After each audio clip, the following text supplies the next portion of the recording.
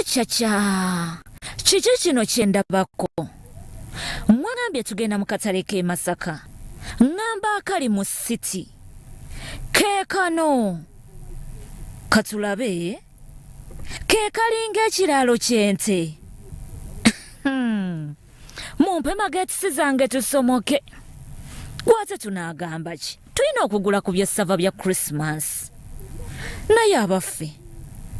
Wano wanaaguliko ekintu. Tunuulira obujamu obuli wano. Laba kasasiro ono gwe batuumidde wano. Wulira ekivundu ekimufubutukamu. Kyendabye wano, tuli mu kugula ndwadde. Mmwe abasuubuzi ab'eyiyeeyiye muti ku ttaka.